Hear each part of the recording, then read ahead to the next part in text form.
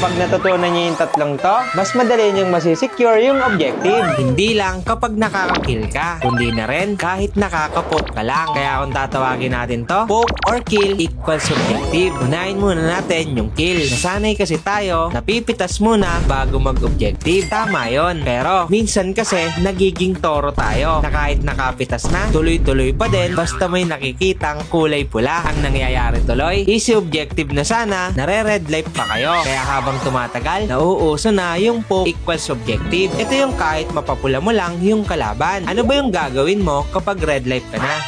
Tama, kadalasan umuuwi na. Ibig sabihin nun, para na rin kayo nakapitas kahit pinauwi nyo lang yung kalaban. Hindi lang HP ang pwedeng ipopa, pati na rin yung skill. For example, yung Yoy, nag-ultimate na siya. -1 na yung tawag doon kasi wala na siyang gagawin sa teamfight. Kahit hindi nyo napansinin or kahit isnabin nyo na lang, huwag nyo nang gagamitan ng sobrang skill kasi masasayang lang o kaya magiging 50-50 kayo na parehas kayong -1 or walang ultimate. At kahanay din dito, kapag low level lang yung kalaban. For example, level 3 pa lang yung lapu-lapu sa kalaban. Ang tawag doon, -1 XP lane. Kasi malakas lang naman ang lapu-lapu kapag level 4 na. Kaya habang level 3 pa lang, pwede na kayo mag-burst turtle. Mas makakapag-objective kayo ng mas madali kapag mas mabilis ang decision making nyo. Lalo na kapag in-apply nyo na tong poke, kill, or -1.